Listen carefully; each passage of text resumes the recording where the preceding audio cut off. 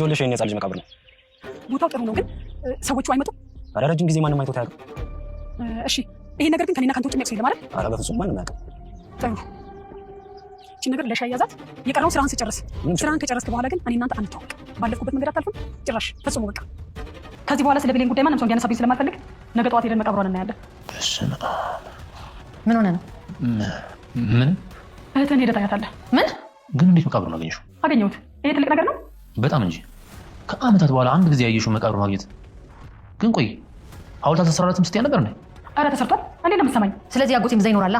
ለእሱ ሐውልት ማሰሪያ እኮ ገንዘብ አልነበረንም። ነበረን ግን ዳግም 10 ጊዜ መሞት ቢቻል አንዱንም ላተርፍ አልጥርም ነበር። ተይ ምንም ቢሆን እኮ ወንድማችን ነው። እኔ እንደዚህ አይነት ነፍሰ በላ ወንድም የለኝም። ልጄን ያሳጣኝ እሱ ነው። መቼ ይፈጠራል ብሎ አሰበ? ታው ያልነው ልጄን ይዞብኝ ሄደ። እባክሽን ተረጋጊ ሮማን። እኔ ከአንቺ ጋር በህግ ነው የምንጠያየቀው። ምን እኔ እኮ ልጅሽ እናት ነኝ።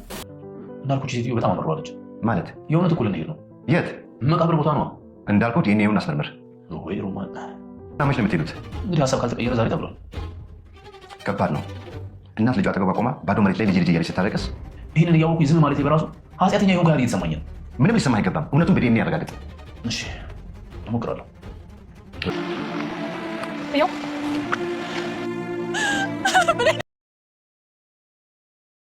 ሮማን የውሸት መቃብር አቀናብራ ወይም ገንዘብ ከፍላ የውሸት መቃብር ሐውልት ላይ ህፃን ብሌን ብሎ ጽፎ አቀናብሮላት እንዳዘጋጅላት ደውላ አዘጋጅና ጠብቀኝ አለችው።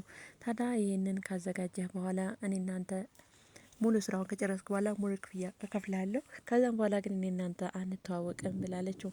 ታዲያ ወይዘሮ ገነትን ከዚህ በኋላ የብሌንን ስም ማንም እንዳነሳብኝ አልፈልግም፣ ለአንዴና ለመጨረሻ ጊዜ ወስጄ ሐውልቷን አሳያቸዋለሁ ትላለች።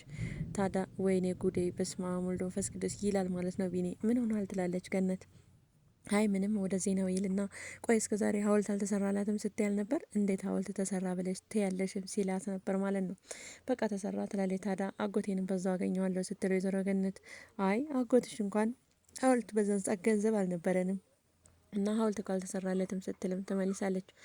ታዲያ ቢኒ እንግዲህ መጀመሪያ ከማደጎ አገኘው ሰው ጋር ማለት ነው። ሄዶም የእውነት እኮ መቃብር ቦታ ይዛ ልትሄድ ነው ይላል። ታዲያ እኔ ይሁን በእርግጥ ይህን እውነታውን እያወቅኩ አሁን ባዶ መሬት ላይ ሄዳ ስታለቅስ እናትን ማየት ከባድ ነው፣ ግን ይህን ያክል ኃጢአት ግፍ እየሰራው ይመስል እንደዛ ነው የሚሰማኝ ይላል።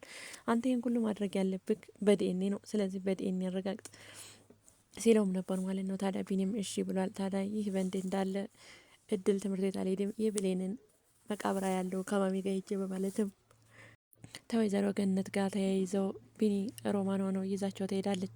ታዲያ ይዛቸውም ስትሄድ የሰው መቃብር ቦታ ናት ማለት ነው። የህፃን ልጅ መቃብር ፈልግና ስሟን ጻፍልኝ ብላም ነበርና ገንዘብ ስከፍል የነበረችው። ታዲያ ይዛ ሄዳ ይኸው እዚህ ጋ ነው ይሄ ነው ትላለች። ስቅስቅ ብላ ወይዘሮ ገነት በጣም ታለቅሳለች፣ መሬትም ትወድቃለች። እንግዲህ የራሷ ልጅ አልሆነበት ላይ ሆነ ባዶ ሜዳ ላይ ሄዶ ማልቀስ እንግዲህ በጣም ከባድ ቢሆንም ይህን ግን አምና ተቀብላ ገነት እንግዲህ የእውነት ልጇ ሞታለች ብላ ልጇን ግን ካጠገቧ ይዛት ነበረ። ልጇ አጠገቧ ቆማ እሷ ግን ወይ ወይ እያለች ታለቅሳለች።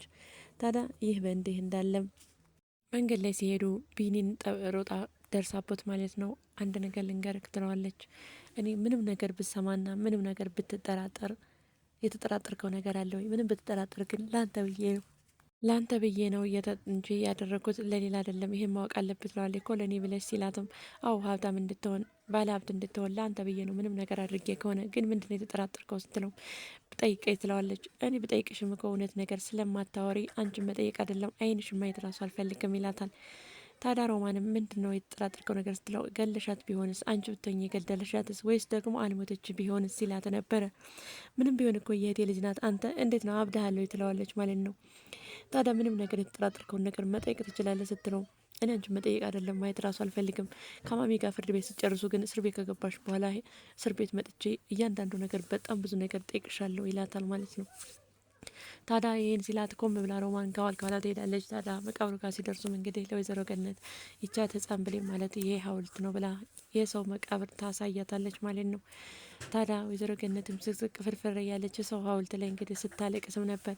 እሷ ግን በርቆ ሆና አይናቸውን ታያለች። ቢኒና እድል በጣም አዝነዋል። ማሜን ይደግፏታል። ታዲያ ማሜን ለማንሳት ጎንበስ ቀና እያሉም እንግዲህ ማሜን በድግስ ያደረጓት ብሌን አቶ መኮንን እየሰጣትን የእናትሽ ማስታወሻ ነው ብለው እያሰጣትን የአንገት ሀብል አድርገው ነበረ። በዛን አጋጣሚ ወይዘሮ ገነት እድል አንገት ላይ ያን ሀብል አየችው። በጣም ደነገጠች። ይህን ሀብል እንዴት ነው መጣ እና እድል ላይ ሆነ? እድልስ እንዴት ልትለብሰው ቻለች? በማለት በጣም ትገረማለች፣ ግራ ተጋባለች። ሀዘኗን ለቅሰዋን ትታ እንደገና በሀሳብ ትዋጣለች። ምክንያቱም በቅርብ ቀን ከቁም ሳጥን አውጥታ ይህን ሀብል እኮ አንድ አይነት ግዢ ብለሽኝ አስገዝተሽ ነበር እያለች ስታስታውስ አይተናል። የራሷን ቁም ሳጥን ውስጥ አስቀምጠው ነበር። የህፃኗ ደግሞ እንግዲህ ብሌን ከሞተች ይህ ሀብል እድል አንገት ላይ እንዴት ሊመጣ ቻለ? ወይስ አይኔ ነው እያለች በጣም ግራ ተጋብታ እያለችም እድል እንግዲህ እድል ልባ ምንም የገባት ነገር የለም። ቢኒ ምንም ያውቅ ቢኒ ቢጠራጠርም እውነትና ልጅና እናት መሆናቸውን አያውቅም። ሮማን ግን በጣም ደንግጣለች። የብሌንን አንገት ስታየው እንግዲህ የብሌን አንገት ላይ ሀብሉን አይተዋለች።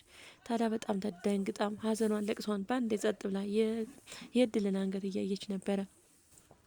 እንግዲህ የእድልን አንገት ስታዩ እድልን ይህ ሀብል ከየት መጣ ብላ ልጠይቃት ትችላለች ማለት ነው። ይህ ሁኔታ ምንም ዲኤንኤ ሳይደረግ ራሱ ወይዘሮ ገነት እድል ልጇ እንደሆነች ልታቅ ትችላለች ማለት ነው። በእውነቱ ሮማን ምናልባት ይህን ሀብል ገነት እንዳየችው ካወቀች እድል በተኛችበት ገብታ በጥሳ ልደብቅባት ትችል ይሆን? ወይስ ደግሞ ገነት ወደ አሁኑ ከሀዘኗ ሲመለሱ መንገድ ላይ እንግዲህ ይህ የልጄ አንድ አይነት የገዛ ነው ሀብል ነው አንቺ አንገት ላይ እንዴት ሊመጣና የት አግኝተሽው ልታደርጊው ቻልሽ ልትላት ትችላለች ማለት ነው። ያን ጊዜ ደግሞ እድል እንደዚህ መኪና አደጋ ሲደርስብኝ የተረፉ ሰዎች አንስተው ይህንን የእናትሽ ማስታወሻ ነው ብለው ነው የሰጡኝ ካለች ምናልባት ስለዚህ እድል ማለት ብሌን እናት ልጄ ናት ማለት ነው ብላ ልታስብ ይችላል ማለት ነው። ወይ ደግሞ ሮማኔን ካወቀች እድልን ምናልባት ልትጎዳት ትችል ይሆናል ማለት ነው። ቀጣይ እንግዲህ ወይዘሮ ገነት ብሌንን እድልን ትጠይቃት ይሆን ወይስ ደግሞ ዝም ብላ በሁሉም በወዷ ይዛ ወደ ቤቷ ስመጣ ይሆን የሚለው እንግዲህ በቀጣይ ቪዲዮ ይዤላችሁ ይመጣ ይሆናል። በሌላ ቪዲዮ እስከምንገናኝ ድረስ ችል ሰንብቱ። ባይ ባይ።